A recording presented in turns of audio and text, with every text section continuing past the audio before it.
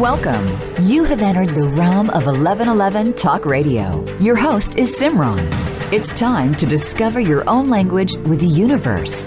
Empower yourself, broaden your mind, open your heart, and discover who you are. Now, here's your host, Simran. Welcome. It is wonderful to be here with you. We are in the midst of Mercury retrograde, and this means it is time to reflect, to sit back, and to look at life, to look at the past year and what you feel about it, how you feel you've grown, the goals that perhaps you made that were accomplished or not accomplished, and where you desire to be as you move forward into 2024. So often that has us thinking about success and what that means to us. We look at life in terms of, did I make it or did I not? Did I succeed or did I fail?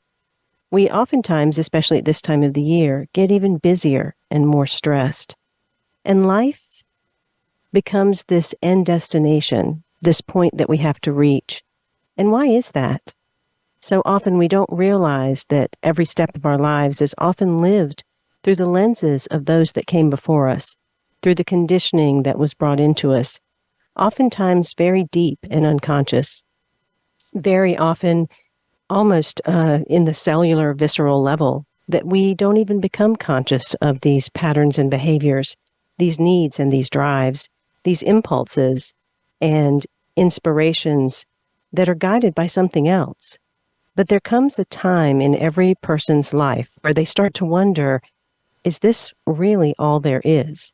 Am I spinning my wheels? Am I a hamster that just keeps running? Have I gotten everything that I wanted, and I still haven't quite gotten where I wanted? So often, the journey of life is about getting comfortable in our skin. But it doesn't go just to the skin. It goes to the soul. Can you get comfortable with your soul? Today's conversation is going to be an interesting one because I have Peter Matthies, and he says that our present model for success is broken. He says we know it's broken because even when we get ahead in life, make a lot of money, and reach a good position, the majority of us are still left with a deep-seated feeling that something important is missing. When we put our head on the pillow at night, we might think there's got to be more to life. Now, juggling the daily pressures and expectations, more and more people are stressed out, missing fulfillment, and wondering if there's an alternative, a better way to work, and a better way to succeed in life. He also says that with more than 40% of all illnesses related to the workplace stress, this problem causes suffering for millions of people. But this becomes the background noise of questioning and longing that doesn't just cause our pain in our personal lives, it undermines the effectiveness and goals of every organization. And the conversation today we're having, it's personal, it's collective, it's organizational, it's about your business, your success, and ultimately, your fulfillment. Peter Matthies is a leader of the Global Conscious Business Movement. A former venture capitalist and software entrepreneur, he established the Conscious Business Institute in 2005 and has pioneered the most widely adopted system for building more human-centric organizations. Conscious Business Institute's approach have reached over 60,000 professionals across 172 countries in organizations such as BMW, Starbucks, Intel, and many others. Peter is a fellow of the World Business Academy and a member of the Evolutionary Leaders Council. Welcome, Peter, to 1111 Talk Radio. It is an honor to have you here. Thank you so much. It's wonderful to be here. So looking forward to it. I think that being a recovering workaholic for many, many years, and also from a cultural aspect of needing to strive to certain points, what you write applies not only to me, but to all cultures, particularly the Western culture. We are kind of put on this trajectory where it does become about accumulation and it becomes about the outer, but we tend to bypass the inner as we move on that path. And it becomes so natural to be unnatural that it requires often that turning point in life to make a stop. And for many people, that was that period of COVID, which had them kind of sit down and question and wonder and pull back. And many people moved, many people left their companies, many people rethought their way of life. But one thing that you bring about in the beginning of the book is that so often we can shift our geography, we can shift our company, we can shift a lot of things, but sometimes we're just doing the same thing in a different way or a different place. Talk a little bit about that paradigm first. Yeah, well, you're putting a big thing on the plate. That's fantastic to start with. So maybe I use my own example. I was always very successful as a venture capitalist. I had my own software company.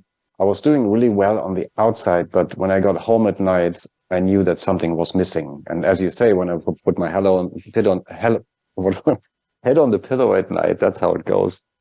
There was always this I call it the unreachable itch, which was constantly there. There was something missing, and I was asking myself the question: isn't there a better way to work and live?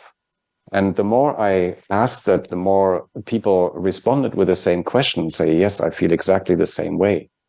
And now I've asked this question to thousands of people in 5 continents, and I hear it so many times. So what we're really in is a silent crisis that does make the news, but it doesn't make the headlines. This quiet quitting that we read about, or I just read a New York Times article that the disengagement in organizations is skyrocketing again. And people are saying, what's going on? We've been trying to improve the engagement in organizations for 20 years now, whether it's with free gym memberships or with Greek yogurt or with employee engagement things that we do. But the needle has barely moved. So there's something fundamentally flawed in the way we set up our organizations and in the way we pursue success on an individual level. That's not designed to make us happy. And that's something I want to repeat. Our model of success is not designed to make us happy. It's actually the reason for most of our suffering. You said some important things that had the word collapse come into my mind. And if we look at a lot of the systems and structures in our world right now, they do appear to be collapsing. But those systems and structures are composed of people as well. And when we get into that deadened state, that numb state, so often people think they're moving into a place of surrender where they're just allowing what is and surrendering to it. But too many times it's actually collapse. It's a collapse of the spirit, of the heart, even a collapse of the mind and the inspiration. Is this what you're talking about in terms of some of the dis-ease and illness that is infiltrating many workplaces right now?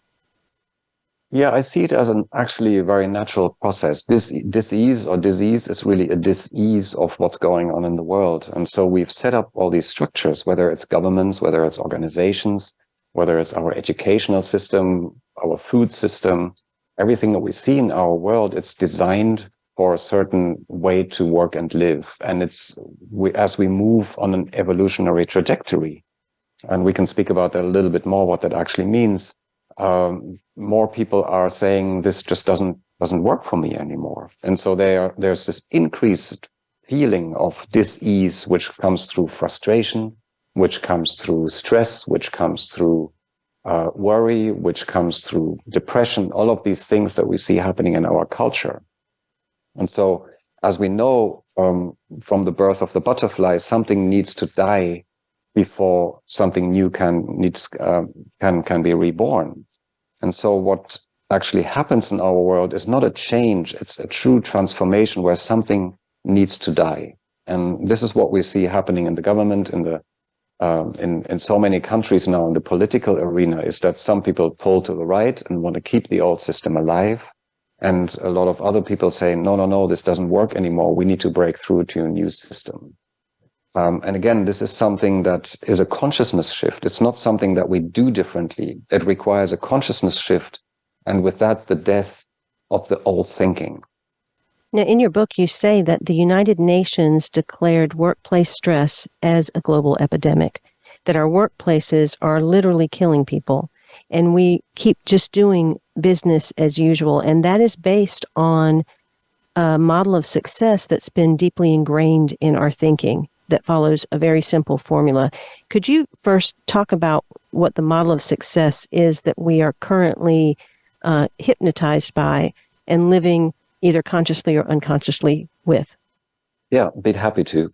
By the way, for individuals who would like to, that's a pretty bold statement that workplaces are killing us. But if you read Jeffrey Pfeffer's Dying for a Paycheck, he's a Stanford organizational development professor, you'll understand why that's actually a very, very true statement, that people are actually dying from the way we work today. But to our success model, what I realized when I quit the business world and said, I need to explore this on a little deeper level, I need to turn my life into an experiment, basically. What I found out is that we're all pursuing a model, or most of us are pursuing a model that's been ingrained in our culture for many, many centuries. And it's basically tells us that we have to do more, we have to accumulate more stuff, titles, whatever it might be, so eventually we become somebody. So from the time we're a child, our parents have to tell us, you have to do this, and then you accumulate maybe pats on the shoulder or something, and then you become a good child. And then we go into school, and the same happens in school when our teachers tell us you have to work harder, you have to do more, you have to accumulate a good grade in your school, and then you become an honor student, and you put a sticker on our car. And the same goes on in college. We accumulate a degree, so we become a doctor. And then we're in the business world. We have to do more. We have to accumulate more money, houses, votes, maybe whatever it might be, so we become a respected person or become a CEO. And so we're in this wheel of doing more, not realizing that this model of success, first of all, requires us to do more all the time.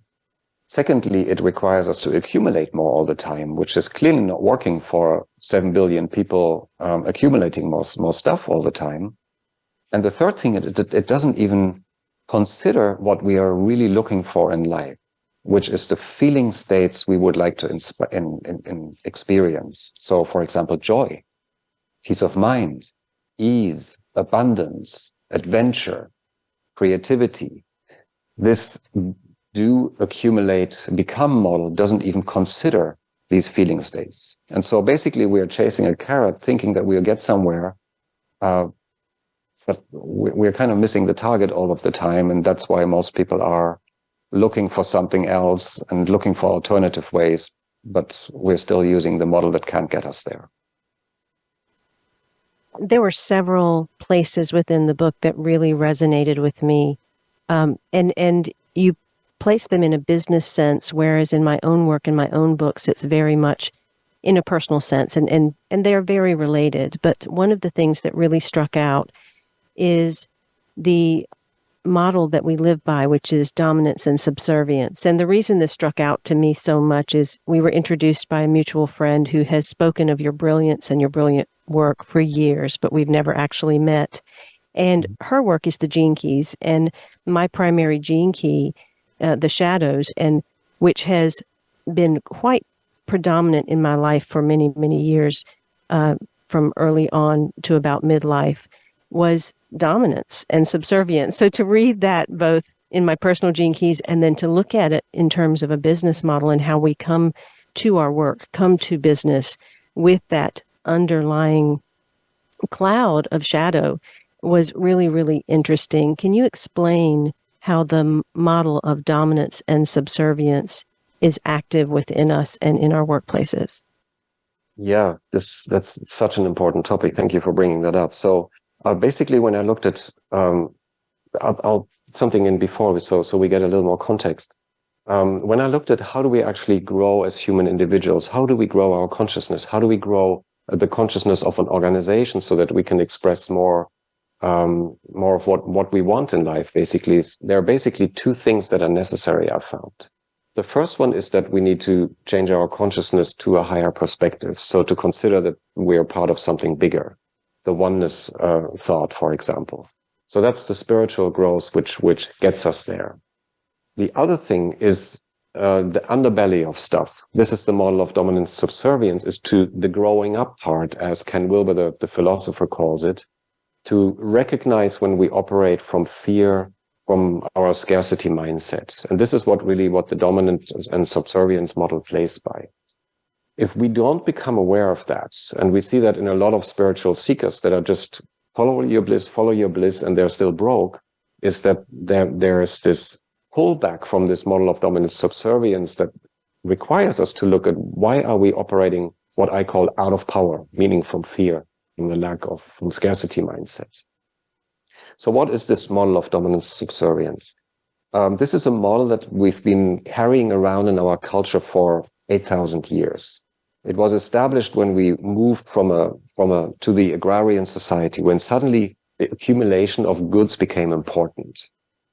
So before that, which is really curious, as hunter-gatherers, if you had a Prada bag, it was really worthless because you had to carry more stuff to the next camp. So it was really to have as little goods as possible. So there was nothing to dominate. It was just really to live in synchronicity with the earth.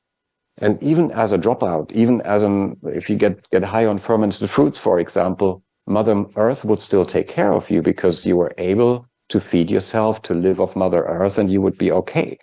So there was the sense of abundance. And if you look at anthropologists that are interviewing the last kind of tribal people on our planet, when they didn't store their food, and anthropologists asked them, why don't you store your food? They just laughed at them and said, well, there's plenty out there. Why would we? So imagine that you are being brought up in a sense of complete abundance, that you're okay, that you have enough food, that you have shelter, that Mother Earth is taking care of you, that there's really nothing that you need.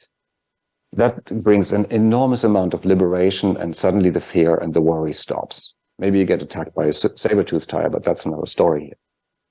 So that all changed in the agrarian society when suddenly there were landlords which are owning land, and we had to work for these landlords. So some people dominated the scarce resource, which is land in this case, or food, or shelter, or protection. And we, as the normal people, had to become subservient to the landlords. That was the beginning of this model of dominant subservience and how it really took hold in our society. But fast forward to today, the same model still plays out. There are a few people who have an abundance of what we consider a scarce resource, which might be love, which might be money, for example, or which might be safety. So take money, for example, for a lot of people. It's considered a scarce resource for many. So those people who have a lot of money can really dominate everybody because they can do whatever they want. They dominate the jobs. They say, I give you the job or I don't give you the job if they're the CEO. And as the other person, we think if we need the money, we might need to become subservient to that person, so they give us the money. Yeah, so it's a little complicated, but basically what plays out in our culture is that we are currently on this teeter-totter. If there's not enough respect from our partner, not enough love from our parents, for example, not enough money in our world to live by, we think, oh, we have to become dominant or subservient so we get this resource. And with that, we are not in our authentic power anymore. We are trying, and this is important, we're trying to manipulate the situation around us because we think we need to get the abundant resource, money in this case, for example. And with that, we're not present anymore. And whenever we are in this model of dominant subservience, we create stress for ourselves or for the people around us. So whenever we operate from this model, there's a grind, there's this doing, there's a have to do more. And so there's no coincidence that we're all burnt out, that we're all going, give me a break here. I need to just be for a little bit so I can relax and I can get in the flow of life. Because this model of dominant subservience is a constant grind on our energy. That was beautifully explained, Peter. And it illustrates how we kind of fall into that in the external world. And as I was reading your book, I became aware that although that shows itself in the external world, all of a sudden, we too adopt that. We become dominant over ourselves. We become subservient to those fears you talk about, to those ideas of time and money that we make up that we can't have and have to run after. In the book, you talk about the 3 fundamental fears, and you slightly mention them. I'd love you to mention them more clearly so that the listeners can understand what the underlying fears might be that could be driving them to work harder, to abandon what their heart or soul truly desires, to let go of what their authentic voice was wanting to be and falling into this collective way of being where we homogenize with the rest of the world in this kind of subservient, dominated experience of work, and then filtering it into our personal lives as well. What are the 3 fundamental fears? Yeah. We can even do a little exercise around it for people to feel that. It might be very worthwhile to do that. But if we look at our tribal times, there are really 3 things that we were afraid of, which is the loss of love. So our tribe rejects us, we're being kicked out from the tribe. So it's rejection, basically. The second one is that we are not powerful enough to defend ourselves. So if we have to fend for ourselves, we're not powerful enough to do that, get enough food for ourselves, etc. And the third one is the fear of safety. If the saber-toothed tiger indeed comes along and we are not safe, and the tribe isn't there to protect us, for example.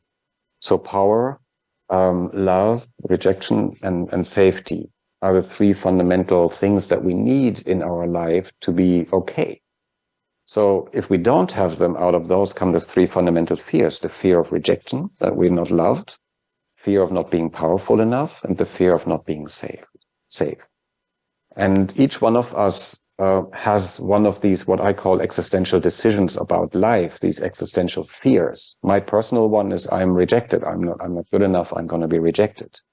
So every single frustration, every single moment of stress, when I freak out in traffic, when I don't like traffic jams. So when I get aggravated from traffic jams, I can, with a few questions, lead back to this existential fear of I'm going to be rejected. Sounds hokey, but it works.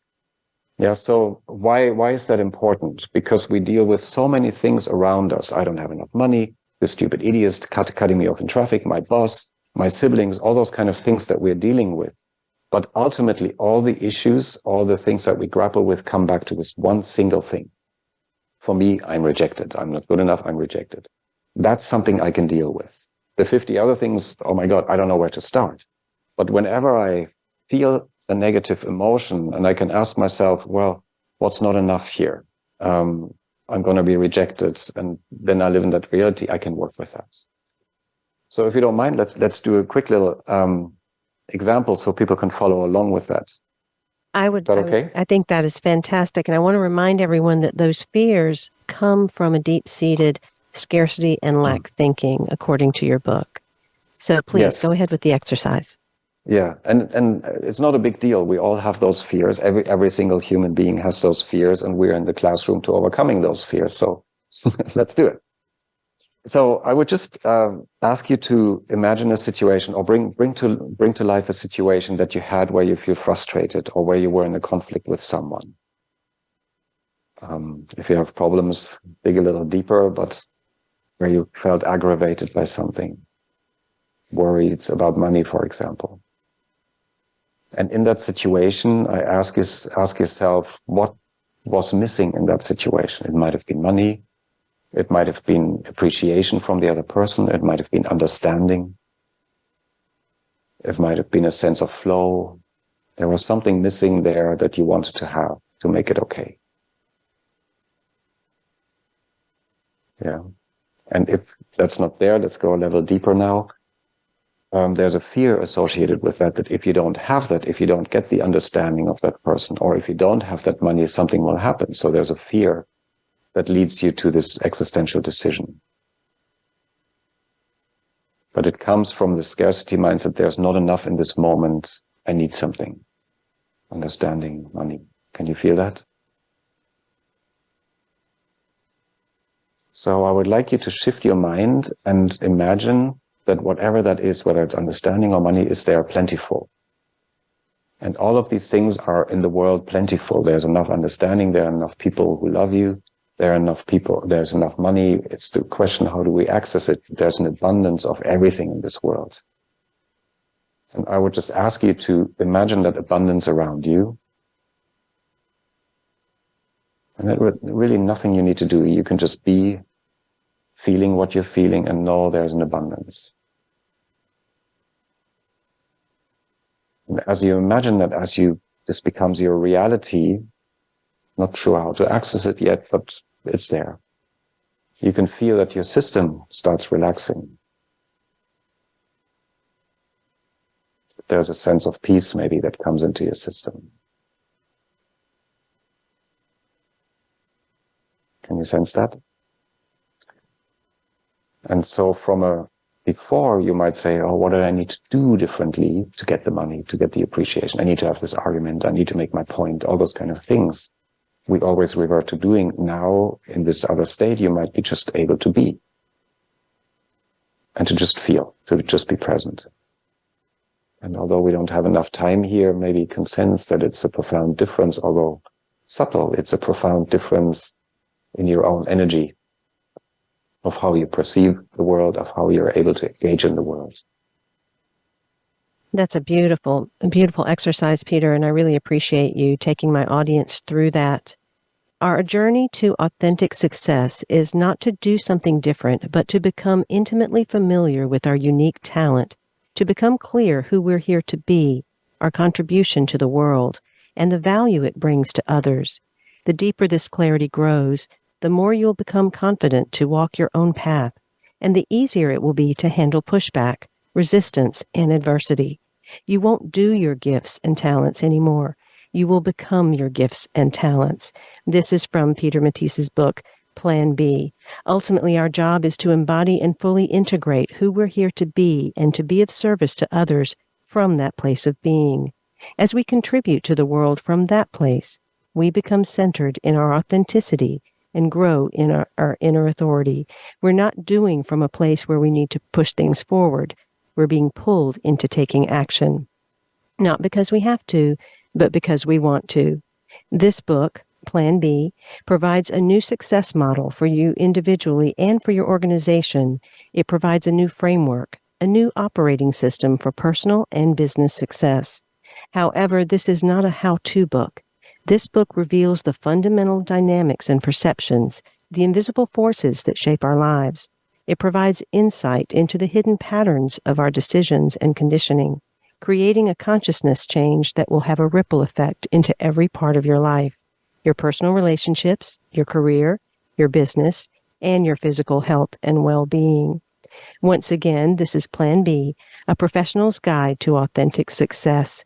You can find out more and get that at planb.live, or you can go to consciousbusinessinstitute.com, which is Peter Matthies' global conscious business movement. And when you're there, join their global community. You'll also access the Conscious Business Institute online learning program. There's a Conscious Business Master Program, and you can bring Plan B principles to your organization as well. Once again, the book is Plan B, A Professional's Guide to Authentic Success. The websites are planb.live and consciousbusinessinstitute.com. We'll be right back with more of Peter Matthies right after these messages.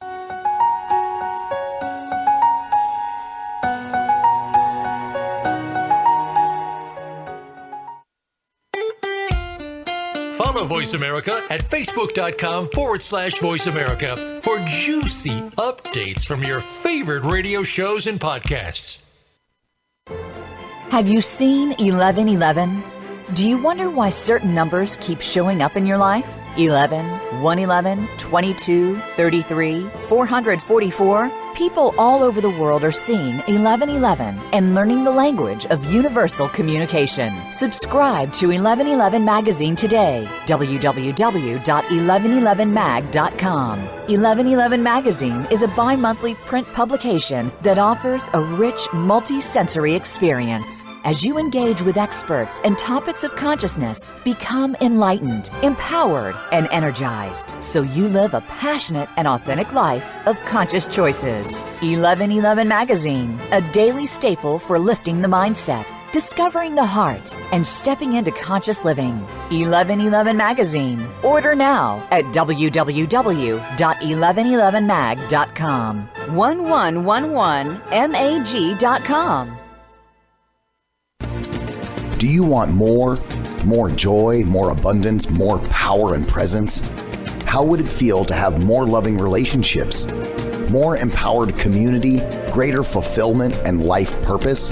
The 1111 Mastermind community inspires, empowers, guides, and supports transformation.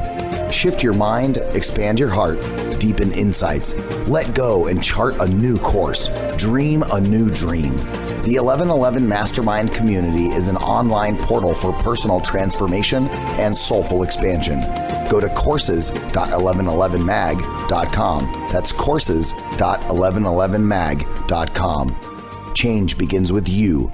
Let it be simple, convenient, and transformative. The time is now. Step through the 1111 gateway. Courses.1111mag.com. Live up to your fullest potential. This is the Voice America Empowerment Channel.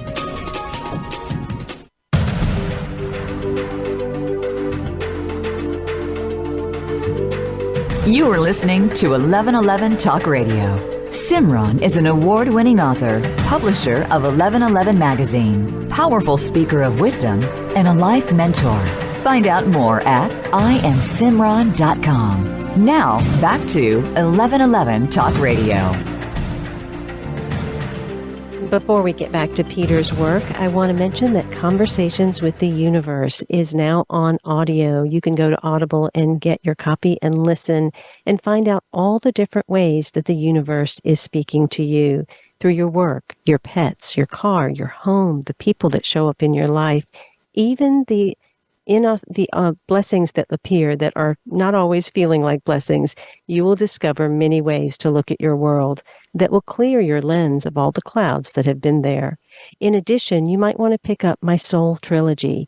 It is a set of manuals that will guide you through each and every experience that your life could possibly encounter, because we go through a cycle of 7 all of the time.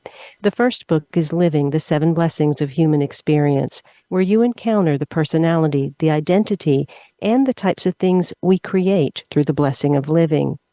You're also guided as to how to rise to a higher octave within those experiences that end up being like chaos and challenge and obstacles. The second book is Being, the 7 Illusions that Derail Personal Power, Purpose, and Peace. This book takes you into your underworld.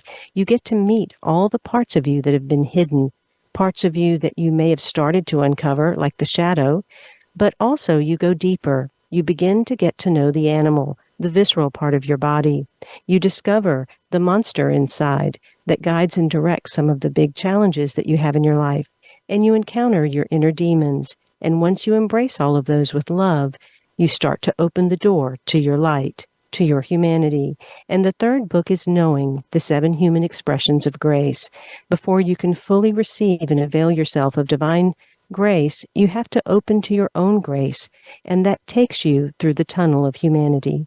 We cannot serve the greater humanity unless we're willing to serve our personal humanity first. So definitely pick those up. These are books that are like oracles, so you can have those by your bedside while you read other amazing books like Plan B, a professional's guide to authentic success. I want to correct the website too. It's planbe.live or consciousbusinessinstitute.com. Once again, join Peter's global community, the online learning program, be a part of the Conscious Business Master Program, or bring Plan B principles to your organization. They are sure to inspire. The key to bringing your authentic power and purpose into your workplace is to speak from that place of possibility while connecting to the concrete issues or problems of your organization. When you speak to what's possible versus what's broken, you leave others touched and inspired. You open the door to solving other people's problems using your magic. And we'll find out more about that, which comes from Peter's book, as we dive into this next segment. Before we get into some of those other areas in your book, I want to mention that sometimes when we are in that dominant and subservient place, that doing can look a lot of different ways. You actually mentioned, too, you say we can swallow our anger to try to become peaceful or superior or the good person, or we can lash out and become more powerful or right. And these are both not places of doing. Not places of being, correct? These are places of doing. Yes, and again, there's nothing wrong with doing, but to consider from which place we're doing, whether it's from a place of scarcity, thinking of scarcity, and I'll just give Donald Trump as an example without any political preference in mind here. But we can see that he's very good at this dominance and subservience model, especially the dominating part. And it's not that we can't get to places with that. He became the president of the United States. So we can become very successful to the outside. But you can clearly see that when we're using this dominance model, and even if we're very good at it, that there's always a fallout, pushback, separation, friction, everything that's being caused by his governance, that we can see happening in the world. Yeah, and so we need to be very mindful of the impact that we have on the world. Again, nothing wrong with doing, but can we come from a place of doing that doesn't originate in wanting to manipulate the outside circumstances, but in contribution, again, what you read earlier, to being pulled into contributing something. So as we start to shift into this place where we begin to realize, okay, much of what I'm doing has been this conditioning. I've fallen into this dominance and subservience, and I want to shift now and truly become more authentic. From my own experience, life can sometimes break apart, or people can move out of our life, or things can no longer feel good, and stuff needs to shift. So talk a little bit about this transition phase as we move from dominant subservience and doing to a more authentic way of being that is fulfilling. Yeah, that's a good, juicy conversation to have, because authenticity, it's the Merriam-Webster word of the year 2023 is authenticity. So everybody speaks about authenticity, but my experience is that there are very few understand or are actually authentic in the world. That's very different to when I'm in audience and when I speak to people and I ask them, do you think you're authentic? Everybody nods. I'm nodding when I'm being asked. But can we consider that you would have probably nodded at the age of 20 at the same question?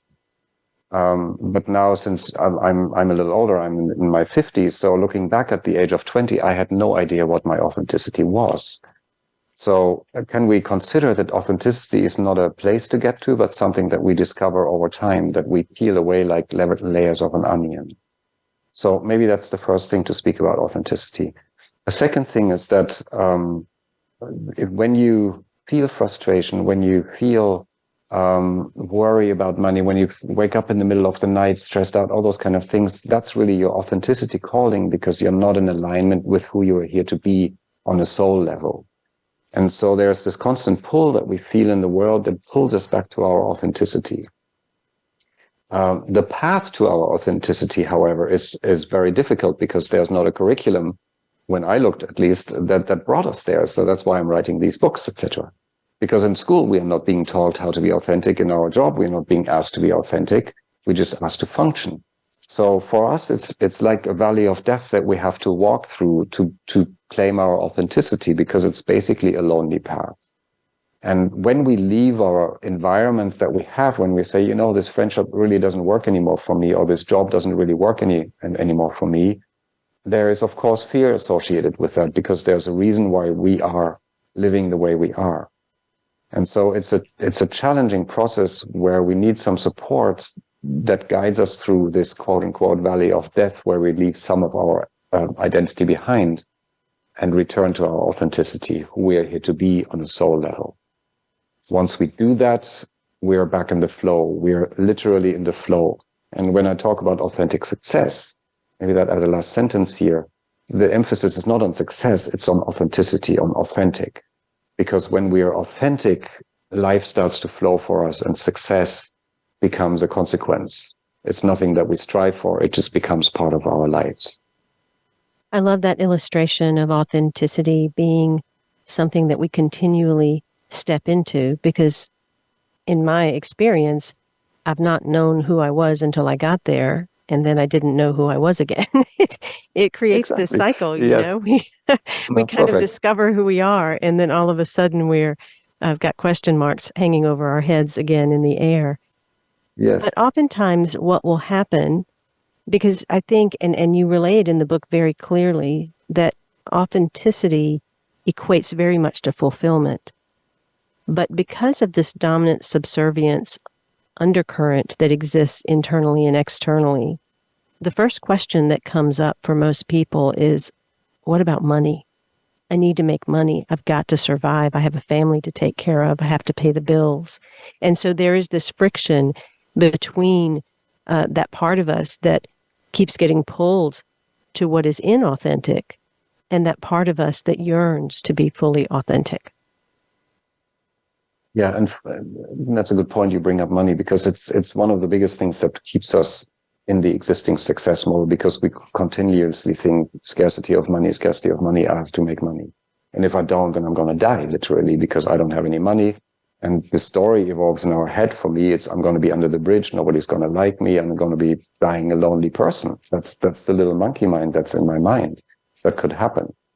But we have to realize that it's a story that's made up between our ears that we are living by. So if there's not enough money, that we end up under the bridge is a story which can become true, but it's a story. And so what we find is that when we try to maneuver by the story, when we use the model of dominant subservience to get ahead in life and keep the money in the bank, because that's really the scarcity thing around us, that's our reality.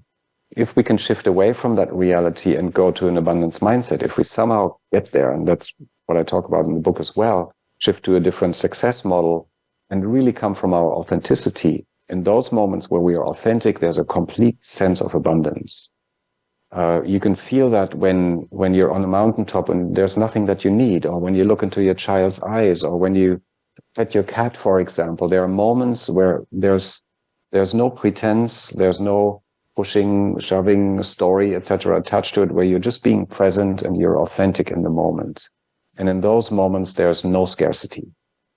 And so can we trust, and this is a little difficult because we have to jump first and then we see that it actually works. It's that, can we trust that when we're authentic, the success will actually flow and the money will actually follow? Maybe a couple of examples. Go ahead. You have a powerful line in the book where you say, it's exactly in those moments of uncertainty when we don't know how our future looks that we can create a new life order. Yes. You were going to share an example. Yeah, I mean, just look at people like Oprah Winfrey or Richard Branson, or people that you truly admire, which are in the flow. What we can find is that these individuals don't do, or whatever they do from a place of being, they do from a place of expressing their gift in the world. When you see Oprah Winfrey on stage, she's not doing, she's being present. She's being herself, and out of this being flows her magic to be able to interview, to dive deep, to have those conversations. And that exactly is what makes her so successful and makes her also so wealthy. Imagine a show where she would do from a story, I need to convince these people, I need to get the best out of here because otherwise I won't make any money. The shows would be completely different. And you would feel that as an audience member, that the shows would be completely different. Now, within the book, it's wonderful. You have some links that take individuals to places where they can get to know themselves better. And one has to do with colors. It's the aura colors that surround us. And they really do depict kind of our expression, and in a sense, in our essence that we are in the world. And then you also talk about magic, that we each have a specific magic that we are here to live and be and express. Can you talk a little bit about those tools and those types of ways of shifting consciousness that support individuals in knowing better their more authentic nature? Yes, I'm basically sharing many of the things that really have worked for me, that gave me a rocket boost. We can go to a psychologist and discover our authenticity. Maybe it takes 10 years. I don't know. I don't want to judge here, but for me, some of these experiences were just absolutely life-changing, especially when I sat in front of this individual 20 years back, and he didn't know me. And he sat me down in the chair, took a big smile, and then he said, so Peter, you're a violet yellow with some tan, and this is how you operate. This is how your world functions. This is what you create. This is what you're here to do. This is what you're here to be. This is your family. This is your wife. This is your parents. This is why they have a conflict. He saw my entire life, my entire surrounding, everything he saw in front of me like a picture book. And I'm like, holy cow, what's happening here? He's able to see all of that, which I'm not able to grasp.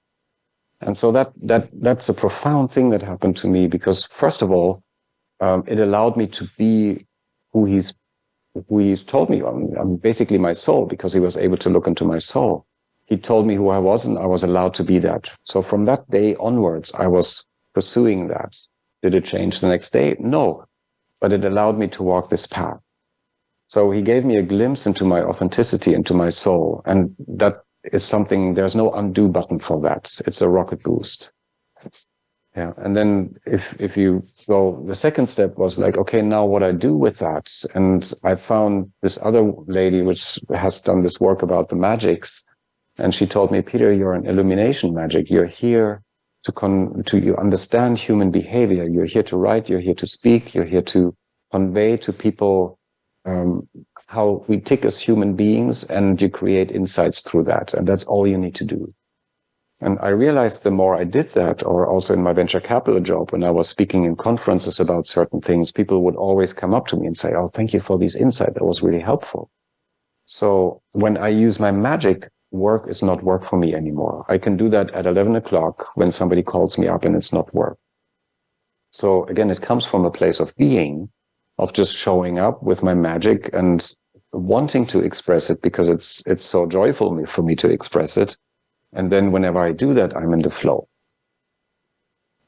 And you also speak about essence, that we should choose a certain number of essence words. And does that relate to our fulfillment? Does that relate to our authenticity? Or does that help us connect more deeply to our soul? All of the above. Essences is a really simple but very, very important concept if we want to create a more fulfilling life, because we have to realize that whatever we want to have in our life, whether it's $10 million in the bank, or the beautiful house by the beach, or this wonderful relationship that gives us the connection that we seek, it's not about those things. It's really about the feeling states that we experience when we have those things. So take the $10 million in the bank. It's not really the money that you want, but the feeling that the money would bring you, the ease, the peace of mind, the abundance, the sense of accomplishment. That's really what we are after. It's the feeling states that drive us. Our life is a feeling experience. It's not a doing experience. So when these essences, these feeling states that we all yearn for are experienced, then life is beautiful. Then we rise in the morning with energy and say, oh my God, life is great. When they're not being fulfilled, then we can be super wealthy, then we can be the CEO of an organization, we can be miserable. Because what our life yearns for is to experience those essences. And for each one of us has about 10 to 15 essences that are basically driving every single decision in our life, every single empowered decision. The people you spend time with, the job you take, the vacation that you take, the books that you read, etc. You have another really powerful line where you say the gap between who you're here to be, your authentic personality, and your conditioned personality out there in left field has a name. It's called pain. And so if we want to shift out of pain, tell us about this new model that you have, that's Be Do Have. Yeah, so the big question is if this old model to do more, to accumulate more stuff, to become somebody, if that's flawed, if it's not designed to make us happy, what's an alternative model? And as easy as it sounds, the model that I suggest and has worked for me and many of our clients is the Be Do Have model, to be authentically who we're here to be, to do what our unique gifts inspire, and then to have what we really would like to experience in life. So the being state is to understand who we're here on a soul level, like that experience with that psychic person several years ago who told me my colors. The doing part, what our gifts inspired, is our magic. So if we bring in our magic into the world that's effortless, then we experience or receive the feeling states that we want, which are the essences, the joy, the creativity, the ease. So just imagine for a moment if you could work in a job If your job was where you can be fully authentic, where you can show up, where you can be fully authentic, where you can do your soul's expression, basically. And from that point, you can do what your gifts inspire. If you had a talent to bring it into the world and you do it over and over and it's not work for you and it's being valued with money, then you could do that all day long, right? And then you would experience, you have joy, creativity, ease, abundance, freedom, all those kind of things that we are ultimately seeking in life. If you could create that in your life, would there be anything missing? I often tell people from my first book, Conversations in the Universe, you are not on a journey, you are the journey. And I've learned in my own life that we are comprised of many cycles and rhythms. So there may be some listeners out there saying, it's too late. I can't do that now. I'm too old. I'm too entrenched in my life. I've got too many people to take care of. But you talk about kind of a cyclical process that we go to, which does start as victim, but then allows this to kind of open up and unfold. Is it ever too late to find our authentic self, our fulfillment, and to be of service in the greater world? No, it's never too late, because I believe life continues and we recycle.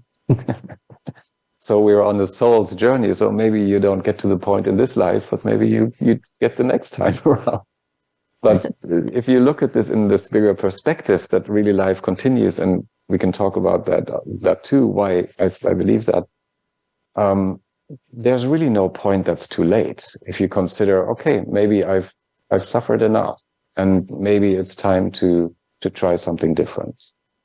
And of course, it doesn't get easier. The more experience we have with pain, with suffering, depression, all those kind of things, maybe resignation, for example, the harder it is to get out of this cycle, but it is never too late. It is never too late. And as we're closing out the show, are there any other key points that you'd like to share in regard to your book, Plan B, or what you offer through the programs that you have at Conscious Business Institute? Yeah, I think the first message that I would like people to remind is that there is a different way. I see so many people that are looking for it and they're like, oh my God, I wish there was, and then 10 years pass and nothing changes. There is a different way to work and live. And you can pick up the book, you can find it in other ways that resonate with you. It doesn't matter, but to go on that path and trust that there's a different way, that the more we go deep into our authenticity, the more we're on that path, on that authentic path. The second thing that I would encourage people to do is that simple thing with the essences, and just to sit down and say, what are really the things that drive me? And you can find out where you just look at certain things that you want in life and say, what are the key experiences that I want to have, the feeling states that I associate with that? And start by that. And maybe it's freedom, maybe it's connection, maybe it's love, maybe it's peace of mind. And to create that bouquet of essences for you that really drives much of your life. And then to make decisions by that. So it's not easy, but to start making decisions by that, because when you do, those are authentic decisions. They're not fear-based. They're based on possibility of what you can create for your life. So those are two simple ones that you can take. Thank you, Peter. At the end of the book, he has several principles that can support you in moving into a more fulfilling life where you are happier and creating more deeply. And I'm going to give you just the first principle so that you pick up the book and get the rest. And the very first one is that we can only love another as deeply as we love ourselves. And that means doing the work. That means being present. That means allowing yourself to be radically honest, to know that something needs to shift. As Peter says, as you develop your authentic voice, remember you're not selling anything. Instead, you're offering an alternative pathway to do or look at things, a new possibility that could be of value to the other person. In an organization, it could be expanding performance through building an inspiring culture. For an individual, it might be expanding their mindset and thereby creating healthier relationships with family. Once we discover the intersection of our purpose and the value it brings to others, we're on track to making a living through expressing of that purpose. When you're able to communicate that in a clear manner, people will want to follow you. hire you or buy what you have to offer. I urge you to pick up a copy of Peter Matthies' book. It is Plan B, B-E, a professional's guide to authentic success. You can find out more at planbe.live or consciousbusinessinstitute.com. I urge you to definitely go and do some of the quizzes and tests that you'll find in the book, to join their community, perhaps start the online learning program or join the Business Master program, and invite Peter to bring Plan BE principles to your organization. Thank you, Peter, for being on 1111 Talk Radio. Until next week, I am Simran, in love, of love, with love, and as love. Be well.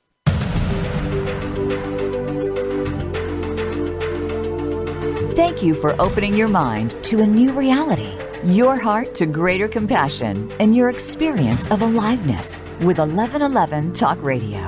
Join host Simran next Tuesday at 8 a.m. Pacific, 11 a.m. Eastern Time to step through the gateway of conscious living here on the Voice America Empowerment Channel. Remember, you are not on the journey.